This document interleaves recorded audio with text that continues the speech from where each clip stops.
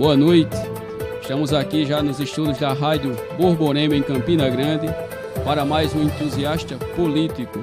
E desde já quero agradecer aqui a parceria da BC Mídia, do portal SNN Notícias, também do Facebook do amigo Bruno Ebert, também do Edgar Fernandes, que está aqui em parceria conosco fazendo a transmissão simultânea do Entusiasta Político. E também, mais recentemente, também estamos no Facebook pelo canal Rádio Borborema Oficial e também no canal do Entusiasta Político. Tudo isso lá no canal do YouTube.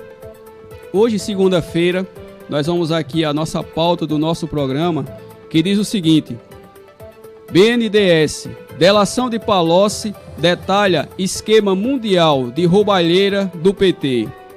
STF tem maioria contra a redução de salário de servidor para ajuste de contas. Pesquisa divulgada pela revista Veja mostra que a população apoia o presidente e confia nele, mas não gosta do excesso de propostas polêmicas e caneladas do presidente. Lula decide permanecer em silêncio em inquérito da 74ª fase da Operação Lava Jato. Pressão popular faz deputados retirarem de pauta projeto polêmico denominado de poliamor. Macron gasta 96 mil com maquiagem em 3 meses do seu governo. Gasolina da Paraíba é mais cara do que em outros estados. E para encerrar, bastidores, proposta de pacificação da cúpula nacional do PSB dá maioria a João Azevedo na comissão provisória. Tudo isso e muito mais aqui nesta segunda-feira no Entusiasta Político aqui pela sua Rádio Borborema. Iniciando aqui com a nossa primeira pauta, BNDES, delação de Palocci, detalha esquema mundial de roubalheira do PT. Ficou quase difícil falar o assunto político daquele que ressalta a questão do PT e não associá-los a nenhum tipo de roubalheira. Homologada recentemente pela Justiça Federal e com detalhes antecipados pela coluna Radar da revista Veja, a delação de Antônio Palocci, ex-ministro da Fazenda e da Casa Civil nos governos Lula e Dilma, traz no capítulo 21 uma descrição completa do esquema de roubalheira internacional montada pelo PT para as obras realizadas em países como Gana, Venezuela, Cuba e Angola. Segundo Palocci, na delação que ele fez, ele disse que Lula fazia os acertos com as autoridades estrangeiras e mandava a conta para o BNDES em troca dos juros camaradas do banco e do acesso aos mercados de fora. As empreiteiras superfaturavam o trabalho para poder irrigar o caixa petista com o pagamento de propinas. Antes da assinatura dos contratos, já se sabia que muitos dos governos amigos não pagariam a conta. Essa delação aí foi de Palocci. Palocci foi nada mais, nada menos do que ex-ministro do governo Lula e Dilma. E em sua delação, ele ressalta que os acordos, e vou só ressaltar aqui com quem o PT fazia esses acordos, nada mais, nada menos que com o governo ditador da Venezuela, com o governo ditador de Cuba e de Angola. Mas o que mais nos chama a atenção, nos acordos que eram realizados pelo governo petista, na época desses acordos, relatados em delação premiada pelo Palocci, ex-ministro de Lula, é que nos acertos já se tinha ciência de que esses governos, de que esses países dariam um calote no Brasil, ou seja, receberiam todo o dinheiro financiado pelo BNDES e não pagariam, num esquema criminoso, um esquema conhecido por Palocci, um esquema mundial de roubalheira, impressionante. Como com o seu, o meu e o nosso dinheiro, alguns projetos nem foram finalizados, ficaram no lucro as construtoras e, é claro, o partido criminoso que à época fazia parte desse governo. É incrível, incrível. Mas essa delação traz à tona que, infelizmente, a cúpula desse partido estava extremamente, mas extremamente mesmo, viciada nesse tipo de prática. Então, esperamos que a partir dessa delação, coisas sejam muito mais apuradas, com um poder muito maior de profundidade, porque a nossa nação sofreu e tem sofrido muito os calotes que esses países aí. Quando você lembra que o Brasil já emprestava dinheiro para financiar a ditadura venezuelana, ditadura essa onde os nossos irmãos venezuelanos sofrem muito com um governo ditador, mas os acordos que eram feitos pela autoridade brasileira já se tinha nas entrelinhas do contrato o não pagamento de todo o dinheiro que era revertido dos cofres públicos brasileiros, meu e seu, que é pagador de imposto, para financiar ditaduras como Venezuela, Cuba e Angola. Isso é lamentável, mas isso daí está constando da delação do Antônio Palocci, que era nada mais, nada menos do que o ex-ministro da Fazenda, da Casa Civil, nos governos Lula e Dilma. Infelizmente, no Brasil, sempre que se noticia algum assunto que seja relacionado, principalmente à política, vez por outra você tem que relacionar na área criminal. Isso daí é, infelizmente, lamentável. Mas prosseguindo aqui um pouco mais, a nossa segunda pauta aqui traz que o Supremo Tribunal Federal, em votação, a maioria dos ministros do Supremo Tribunal Federal votaram contra a redução de salários de servidor para o ajuste de contas. Infelizmente, no Brasil está ocorrendo um processo de quase que demonização do serviço público. Parece que todo o mal que está acontecendo no país advém da questão do serviço público. E se querem nivelar as contas, vai lá, reduz o salário dos servidores. Mas, infelizmente, a questão do Supremo Tribunal Federal não vê que o gasto excessivo do qual eles têm lá, no próprio Supremo Tribunal Federal, e não muitas vezes em benefício da pátria, muitas vezes em benefício próprio, como foi aquela escandalosa compra de lagostas para os ministros do Supremo Tribunal. Isso daí os ministros não veem, mas quando se pauta, eles acabam tentando pautar um assunto extremamente delicado como esse, redução de salário. Mas que bom que houve passividade, que houve harmonia, que houve inteligência e que o voto da maioria dos ministros foi a favor do serviço público.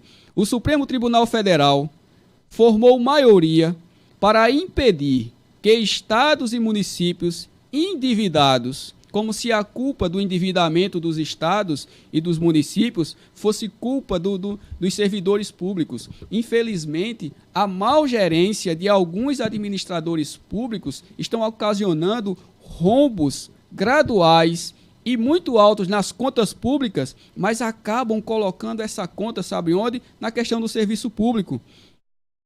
Endividados para reduzir o salário dos servidores públicos como forma de ajuste das contas públicas. A discussão que dividiu a Corte foi um dos pontos mais polêmicos no julgamento da Lei de Responsabilidade Fiscal, sancionada pelo então presidente Fernando Henrique Cardoso, ainda no ano de 2000. Infelizmente, o serviço público ele tem passado, como eu já tinha mencionado aqui, por um processo, infelizmente, de demonização, de sucateamento. A exemplo disso é da estatal dos Correios. Porque muito se fala na questão dos Correios, mas você acaba não associando que toda a problemática hoje dos Correios está advinda de governos que têm infelizmente, uma ingerência muito grande, que acabou permitindo que a estatal dos Correios terminasse por fim nessa prestação de serviço que atualmente é muito ruim. Isso daí não se discute. A prestação de serviço dos Correios, atualmente, ela é ruim, mas não se comenta que tudo isso daí é fruto do sucateamento de más gestões. São a gestão, principalmente na gestão nacional, que não modernizou o Correio. Infelizmente, quem sempre fica à margem de tudo isso aí é sempre a população, é sempre o menor, é sempre aquele que está na periferia das cidades, que mais sofre, infelizmente, com a estatal riquíssima, patrimônio do Brasil, mas que infelizmente sofreu com o sucateamento dos governos anteriores. Infelizmente, somos assim. Nossa terceira pauta de hoje vai trazer uma questão de pesquisa. Parece que hoje foi o dia das pesquisas. Inúmeras pesquisas foram divulgadas hoje no Brasil, principalmente com relação sobre a aprovação e rejeição do presidente da República. Mas uma pesquisa divulgada pela revista Veja mostra que a população apoia o presidente e confia nele, mas não gosta do excesso de propostas polêmicas e as tão faladas, até por ele mesmo citadas, caneladas verbais do próprio presidente. Um levantamento encomendado pela revista Veja ao Instituto FB, pesquisa sobre a avaliação da gestão, dos principais pontos de sua agenda e do desempenho do presidente. Essa pesquisa ela foi feita pelo telefone e foram consultadas 2.000 pessoas em todo o país entre os dias 16 e 18 do corrente mês. O levantamento mostra que Bolsonaro continua bem avaliado junto ao eleitorado. Na pesquisa, 37% o apoiaram como liderança, que serve como referência no avanço do Brasil. Ao responder à pergunta o que está fazendo mais pelo país, a avaliação do governo continuou positiva. Cerca de 30% e 45% acreditam que Bolsonaro encerrará bem o seu mandato. Por outro lado, esse é o ponto mais sensível, principalmente na pesquisa. Por outro lado, levantamento revela que, ao mesmo tempo que ele tem uma boa avaliação, 48% dos brasileiros nesta pesquisa desaprovam a forma como o presidente governa, contra 44% que ele confere respaldo, e outros 68% acreditam que as falas do presidente prejudicam em algum grau o andamento do seu governo, infelizmente. É claro que quando se fala em pesquisa, principalmente pesquisa nesse cunho eleitoral no Brasil, é de ficar de orelha em pé, porque muitas delas não têm lá um cunho muito grande de confiabilidade, principalmente quando você ouve falar que uma pesquisa foi feita pelo telefone. Mas é natural e sucinto que um governo que tem 8 meses ainda goza, sim, da confiança do povo, mas é inegável que muitas das falas do presidente da República têm transformado pequenas fagulhas em grandes queimadas, infelizmente. O presidente da República, muitas vezes, acaba não se postando no decoro legal do seu cargo. Às vezes, acaba entrando em confusões que não lhe cabem mais. Então, assim, é necessário, como diz a pesquisa, que uma parcela grande confia no presidente, gosta das pautas de governo do presidente, mas desaprovam as formas como o presidente acaba se relacionando. As suas falas muitas vezes são, infelizmente, desastrosas, como essa questão dessa pauta, essa forçação de barra que o presidente ainda insiste em indicar o seu filho para embaixador nos Estados Unidos. Essa é uma das pautas que, infelizmente, desagrada e desagrada muito. É claro que existe a discussão se o cargo de embaixador ele é um cargo político ou um cargo administrativo. Se ressalta essa questão do nepotismo, mas, infelizmente, cai e bate naquela questão da moralidade. As pessoas não entenderam bem essa questão da indicação do filho do presidente. Porém, a pesquisa aqui, divulgada pela revista Veja, uma revista estritamente que sempre tem matérias que confrontam o governo do atual presidente Jair Bolsonaro, mas ela acabou divulgando que o presidente tem uma boa avaliação, mas necessariamente precisa de forma urgente pausar as suas falas e ser um pouco mais polido, porque o cargo de presidente da República exige isso daí. Então, não sai daí, nós vamos a um pequeno intervalo e daqui a pouquinho nós temos mais sobre política e política no Brasil.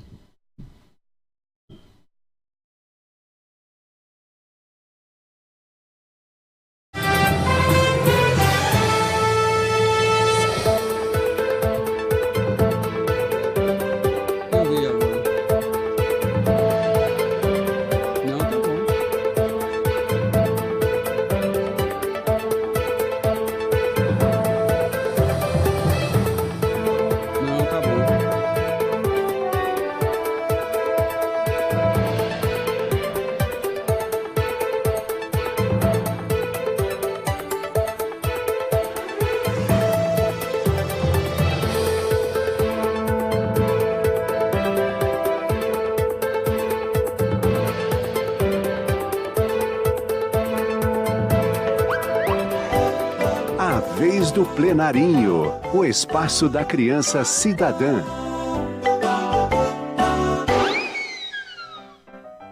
Pedro era o fortão da turma. Estava sempre se exibindo na escola. Por isso, ganhou o apelido de Gigante. Sua mochila era a maior de todas. Parecia que levava toda a sua casa dentro dela. Lá não estavam apenas os livros, mas o skate, o boné e até o lanche. Ei, Gigante! Eu li que a gente não pode carregar muito peso assim na mochila. Você pode arrumar uma baita de uma dor nas costas. Eu, hein? Que papo chato! Se eu quiser, eu carrego ainda mais coisas, e num ombro só. Não é à toa que me chamam de gigante, né? Tá bom, depois não vai falar que eu não te avisei. Certo dia, Pedro não apareceu na escola. Marina resolveu então passar na casa de Pedro para ver o que estava acontecendo. Ai, as minhas costas estão doendo muito. Nem consegui ir pra escola hoje. Eu disse? Sabia que aquele peso todo na sua mochila não ia ser uma boa ideia. É, você tava certa. De que adianta ser forte se agora tô aqui de molho? Já tirei meu skate e algumas coisas da mochila. Não quero sentir essa dor nunca mais. Carregar tanto peso assim pode ser perigoso. Para saber mais sobre o risco de carregar mochila pesada, visite plenarinho.leg.br. Uma produção da equipe do... Você fica constrangido quando encontra uma pessoa com deficiência? Então está na hora de mudar. Deficiência não é doença. E essas dicas são para você. Ao conversar com um cadeirante, procure sentar-se. Assim vocês mantêm a mesma linha do olhar. Para ajudá-la a subir um degrau, segure a cadeira com firmeza e incline para trás, levantando as rodinhas da frente. Para descer, faça a manobra de marcha ré, sempre apoiando para evitar solavancos, mas nunca movimente a cadeira sem antes pedir permissão ao cadeirante. Cidadania é saber conviver com as diferenças. Uma campanha da Câmara dos Deputados.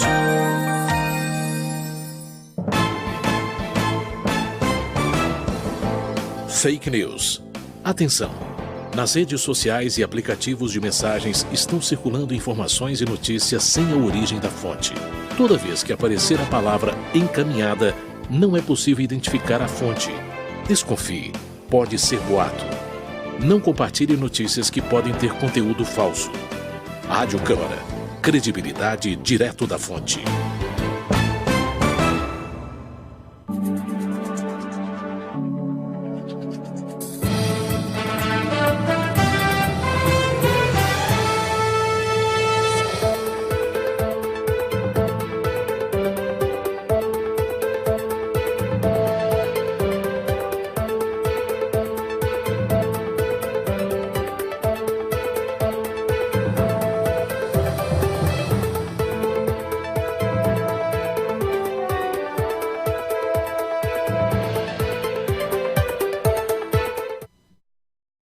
Já estamos de volta aqui para mais continuidade aqui do Entusiasta Político. Queremos já agradecer já a audiência da Maria da Guia, do BSB, do nosso amigo Bosco Rangel também, e tantos outros que estão.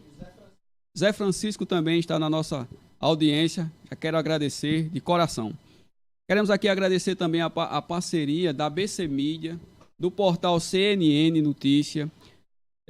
Estamos também transmitindo no Facebook da Rádio Borborema Oficial e também no canal do YouTube do Entusiasta Político. Mas vamos aqui à nossa quarta pauta. Também temos o nosso amigo Renato Souza, que também está nos assistindo. Tereza Cristina. E Jaqueline também. Agradecemos aí a todos que estão. E também temos o nosso amigo Joacir de Brito, né? Cinegrafista da TV Paraíba. Audiência extremamente qualificada. Nossa quarta pauta aqui vai tratar sobre Lula decide permanecer em silêncio em inquérito da 74ª fase da Operação Lava Jato. O delegado Felipe Rilo Paz, da Polícia Federal em Curitiba, tentou ouvir o ex-presidente Luiz Inácio Lula da Silva no inquérito que apura corrupção em negócios do banqueiro André Esteves, da BTG Pactual, com a Petrobras. Sempre a Petrobras está sempre no centro dessas questões aí, desses acordos escusos. O petista, no entanto, declarou que seguiria as orientações dos seus advogados e permaneceria calado. A 74ª fase da Operação Lava Jato, denominada de Pentite, foi deflagrada pela Polícia Federal na última manhã da última sexta-feira passada, dia 23. Ela apura supostos crimes de corrupção envolvendo o banco BTG Pactual e a Petrobras na exploração do pré-sal e em projeto de desenvolvimento de ativos na África. Entre os alvos estão o ex-presidente da estatal, a Graça Foster, e o executivo do banco, André Esteves.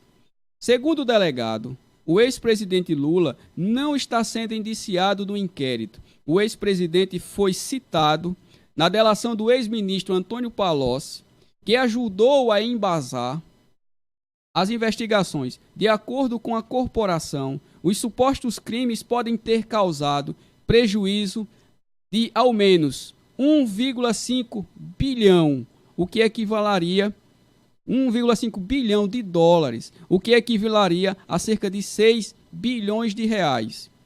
Lula, no entanto, afirmou ao delegado da Lava Jato, no seu depoimento, que já havia prestado muitos depoimentos e que tem vontade de falar à vontade, porém, gravado e ao vivo. É tudo o que ele quer, é claro. O ex-presidente Lula teve um tempo suficiente para que na última semana, nenhuma das fases da Operação Lava Jato, desencadeadas pela delação do Antônio Palocci, ele teve, não como indiciado no inquérito, mas como participe e uma pessoa que tinha sido revelada na questão da delação, de falar e falar muito. Mas é claro, não quis falar. Ele só quer falar para algumas empresas que são amigas dele, né? A exemplo de jornalistas estrangeiros que vêm aqui e fazem perguntas já direcionadas. Ou seja, era tudo o que ele queria, falar, mas falar ao vivo, mas sem a oportunidade daquela questão de perguntas mais eficientes. Porém, era a oportunidade que o ex-presidente teria de sair de um palanque político e falar muita coisa. Mas é claro que ele acabou levando para aquela velha questão do vitimismo. Era tudo o que ele queria, só não podia ser de frente a um delegado em um inquérito formal sobre a justiça. Então, fica difícil nessa questão, porque, infelizmente, até nessas questões aí, o palanque político acaba sendo muito vibrante e muito vibrante. A nossa quarta pauta de hoje foi um assunto que o entusiasta político tratou na última semana, que tratava sobre aquele efêmero, bestial, ridículo projeto de lei que tinha sido denominado como poliamor. Porém, todo político acaba sempre sofrendo a questão da pressão popular E diz assim, ó, a pressão popular fez com os deputados retirarem de pauta esse projeto polêmico denominado de poliamor. O projeto de lei 3.369 de 2015, de autoria do deputado Orlando Silva, do PCdoB da Bahia, foi retirado de pauta, segundo informou a Câmara dos Deputados. A retirada desse projeto de lei foi feita pelo relator na Comissão de Direitos Humanos e Minoria, o deputado Túlio Gadelha, do PDT de Pernambuco. Esse que tem uma grande participação na Câmara dos Deputados. Aparentemente deve ter muitos projetos relevantes. Ele é relator deste projeto.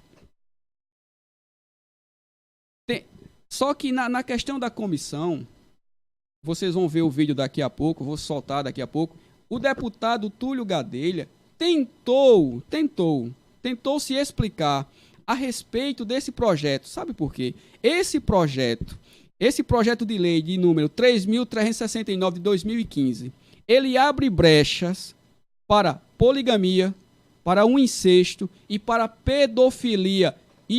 Tudo isso legalizado, ao tentar redefinir o conceito de famílias. A proposta tinha como objetivo, pasmem, criar, sabe o quê? O Estatuto das Famílias do século XXI. Para esses deputados aí, ó, o Orlando Silva e o Túlio Gadelha como relator, o Estatuto da Família do século XXI devem ter como forma legalizadas a poligamia, o incesto e a pedofilia. Quando ele diz, no relatório dele do seu projeto, que todas as formas deveria ser reconhecido como família. Não cai da cadeira, não. Escuta, presta bem atenção no que esses deputados em Brasília estão fazendo.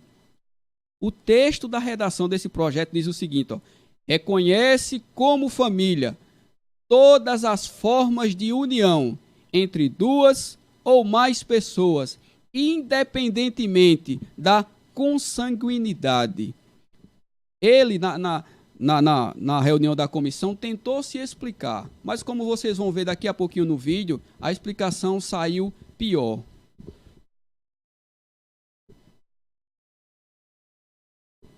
Então vocês vão ver aqui o vídeo, tá certo? Acompanhe o vídeo para você ver a explicação e a tentativa da explicação do deputado referente a esse projeto tão infeliz e tão nocivo para as famílias.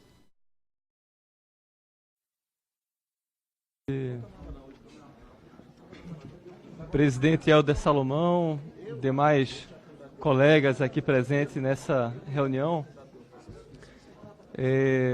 Pessoal, peço silêncio para nós continuarmos a nossa reunião. Deputado Túlio Gadelha, por favor. Presidente Helder, eu queria apenas ressaltar a relação respeituosa que eu tenho com todos os parlamentares aqui nessa casa. Seja qual for o lado, seja qual for o partido, seja qual for a bancada.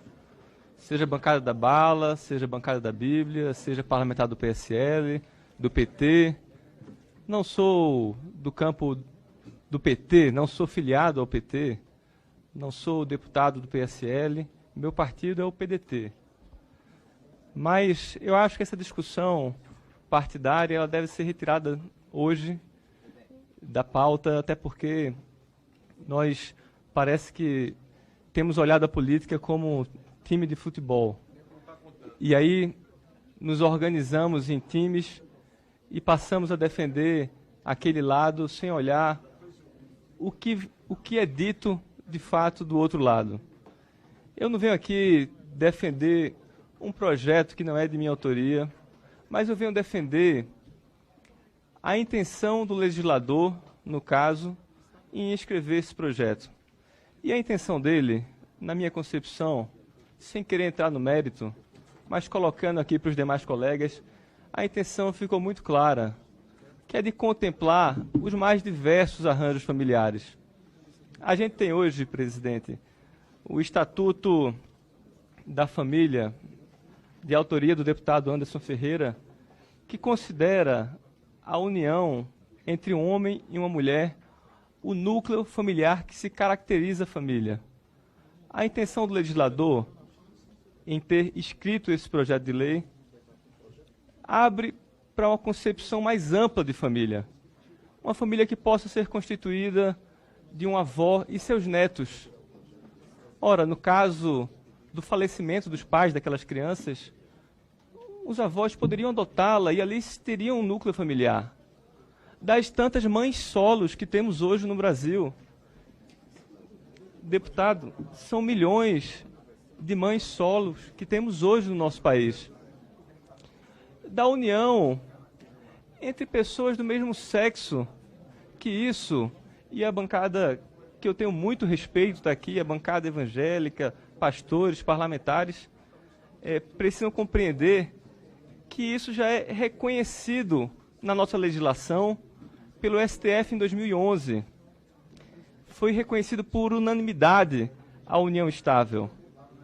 E em 2013 ainda temos a resolução 175, que permite e legaliza o casamento homoafetivo.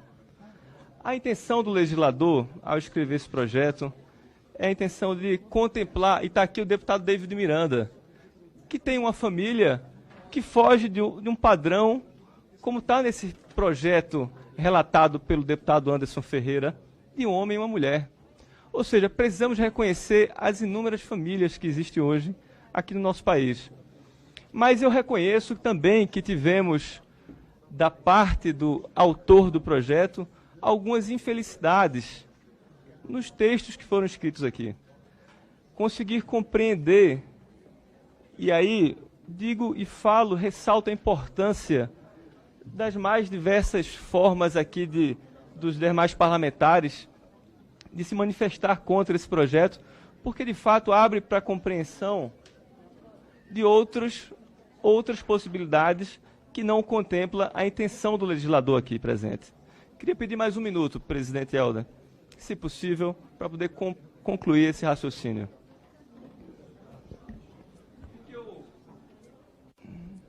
O que eu acho que nós deveríamos nos atentar, presidente, é para as questões de notícias falsas, fake news. Porque esse é um tema muito grave no nosso país. Nunca seríamos a favor, como bem colocado pelo deputado Edemauro aqui, de contemplar um núcleo familiar onde um pai pudesse casar-se com a filha, ou então compactuar com relações de incesto. Esse debate é um debate muito baixo, e isso não está contemplado no texto que está aqui apresentado. Por isso, presidente, eu solicitei a retirada desse projeto de pauta para que eu possa aprimorar essa redação e, posteriormente, debatê-la aqui com mais precisão e com a diversidade de parlamentares que se encontram aqui hoje nessa casa. Muito obrigado. Bom, é uma pessoa imaginar que se defende incesto. É bestial alguém imaginar que seria proposto a legalização do incesto.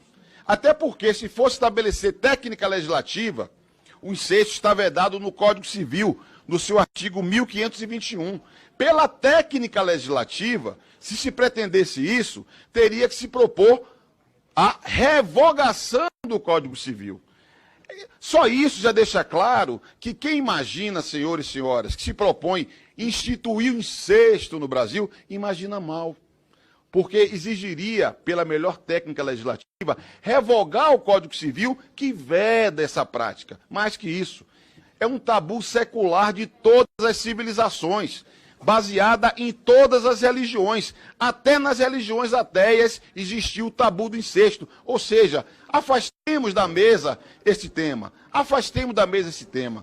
Do mesmo modo, como se fala de poliamor, quando se fala de duas ou mais pessoas, uma família pode ser a avó e o neto, são duas. Pode ser o pai, a mãe e o filho, são três. Pode ser uma mulher, outra mulher e seus filhos adotados, são mais do que duas pessoas. Mais do que duas pessoas. Portanto, é uma forçação de barra de quem quer criar um factoide para tentar intimidar uma determinada perspectiva, que é a que eu defendo. Porque eu considero que nós deveríamos refletir na Comissão de Direitos Humanos por que o Brasil tem a maior violência contra a comunidade LGBT do mundo. Esse é o ponto que nós temos que refletir na Comissão de Direitos Humanos.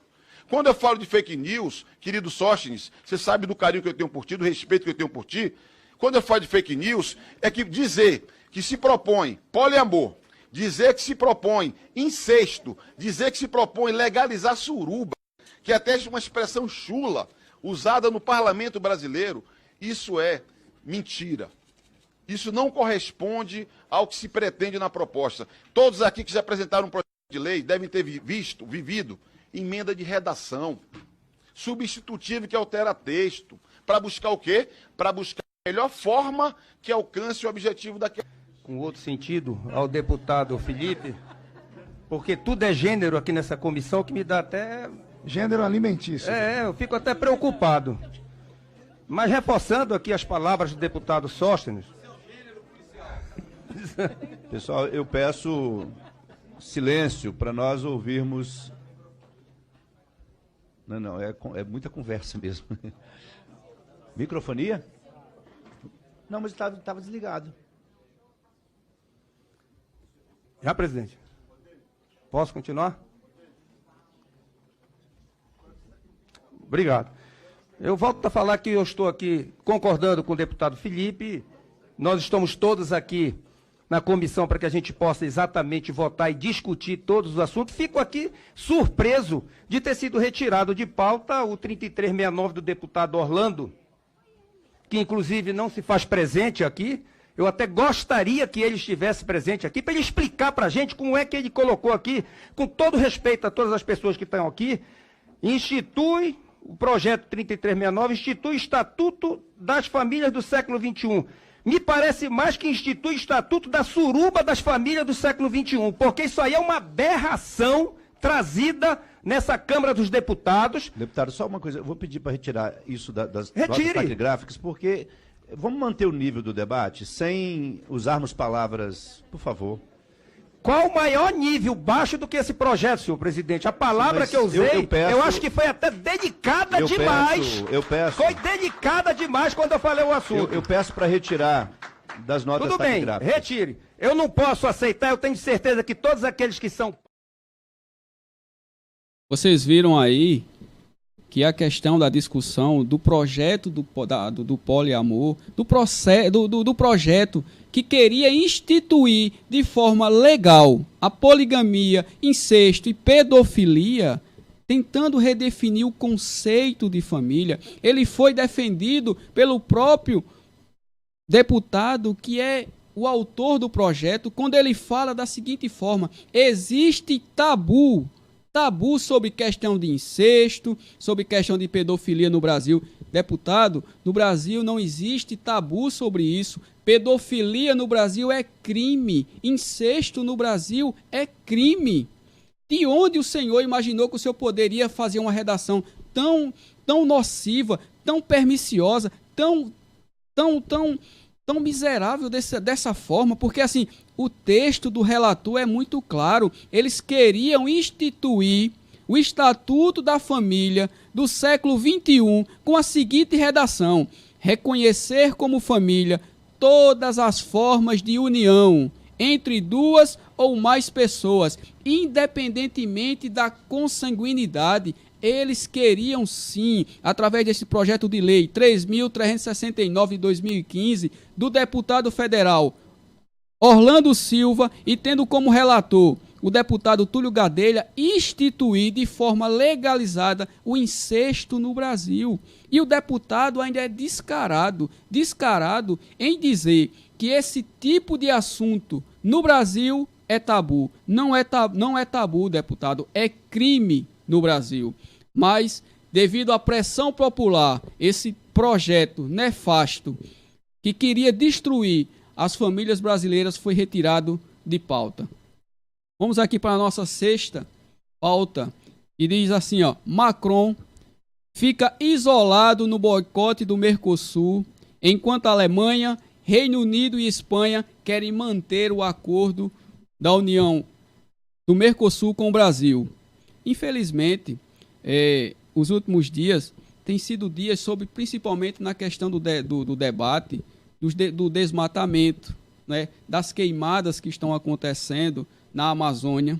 E nós vivemos esses últimos dias algumas declarações, principalmente do presidente da França, em relação ao Brasil, né? Essa tentativa de legislar sobre aquilo que não é gerência do presidente da França. Tanto que ele tentou, né? Tentou em uma reunião aí na questão da cúpula do Mercosul, em tentar causar a retirada até do Brasil do acordo do Mercosul.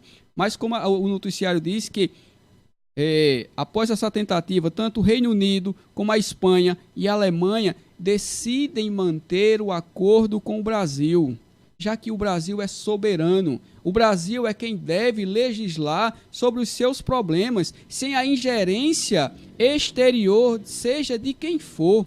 Já que esse mesmo Macron, segundo noticia o noticiário francês, ele tem gastado 91 mil reais, sabem que? Em maquiagem, em apenas 3 meses do seu governo. Dá para imaginar um cidadão que gasta 96 mil reais em maquiagem em apenas 3 meses do seu governo? O presidente da França, Emmanuel Macron, gastou cerca de 26 mil euros, aproximadamente 96 mil reais, sabem que? Só em maquiagem, nos seus 3 primeiros meses de governo. Segundo informou o jornal Le Ponte, na última quinta-feira, a maquiadora pessoal de Macron, olha só, ele tinha uma maquiadora pessoal, declarou ter recebido 2 pagamentos no período, um de 10 mil euros e outro de 16 mil euros. O porta-voz da presidência informou que a maquiadora usada pelo presidente, identificada apenas como Natasha, foi escalada com um contrato de urgência e que os gastos de Macron com maquiagem seriam reduzidos significativamente no futuro. Infelizmente, é esse vaidoso presidente da França, com o dinheiro do pagador de impostos francês, que mal dá conta dos graves problemas do seu país e quer desrespeitar a soberania brasileira. Infelizmente, alguém que tem esse tipo de atitude e gasta esse montante vultuoso só pela sua mera vaidade, infelizmente, ao meu ver, não tem a mínima moral para desrespeitar a soberania do Brasil. Vamos mais aqui a nossa próxima pauta. Essa próxima pauta aqui já é uma pauta um pouco mais local, que acaba afetando o bolso de todo mundo. Diz assim, ó, a gasolina na Paraíba é mais cara do que em outros estados. Segundo informações obtidas no blog do Helder Moura, que recebeu informações no último final de semana, que a despeito da Petrobras vir a reduzir os preços dos combustíveis nos últimos dias, a Paraíba, a nossa amada Paraíba, segue como um dos estados onde a gasolina é a mais cara para o consumidor. Para se ter uma ideia, conforme levantamentos de site de pesquisas, enquanto o preço médio da gasolina da Paraíba, mercado de João Pessoa, gira atualmente entre R$ 4,37, no vizinho nosso, ali no Rio Grande do Norte, o preço médio varia entre R$ 4,00, ou pelo menos 6% mais barato do que a gasolina na Paraíba.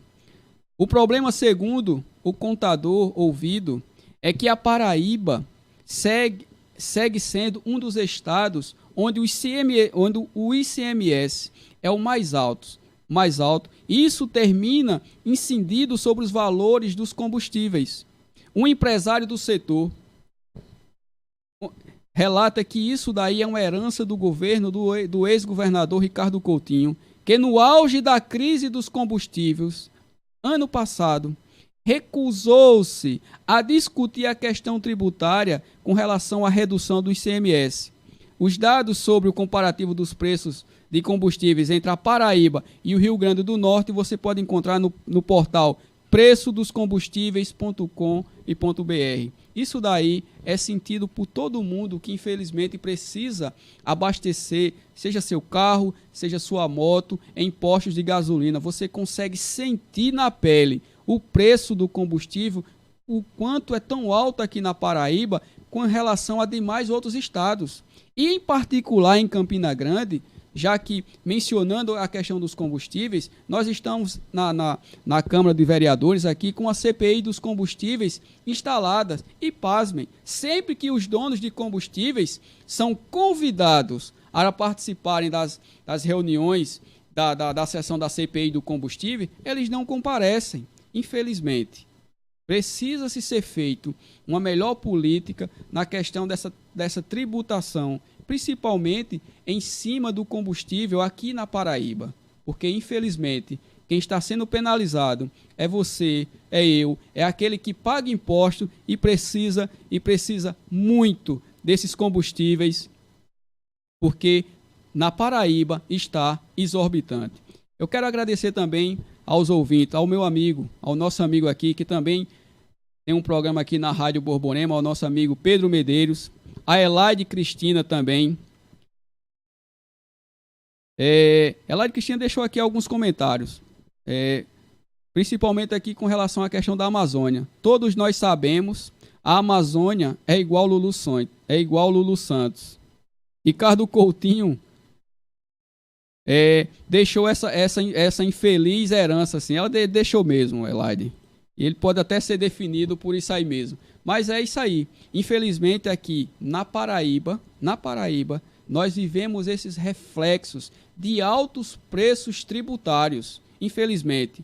E como o portal diz, no auge da crise do combustível, quando tentava se discutir para se abaixar ou até mesmo diminuir a porcentagem do ICMS da Paraíba, o ex-governador da Paraíba se recusou a negociar isso, mantendo um dos preços mais altos na tributação da gasolina, do combustível na Paraíba. E assim, eu quero agradecer a audiência de todos vocês que tiveram a paciência nesta segunda-feira e participaram aqui do Entusiasta Político. E se assim Deus nos permitir, nesta próxima terça-feira, estaremos de volta aqui nos estúdios da Rádio Borborema para trazer o melhor informativo de notícias para você. Fiquem todos com Deus e até amanhã, se assim Deus nos permitir.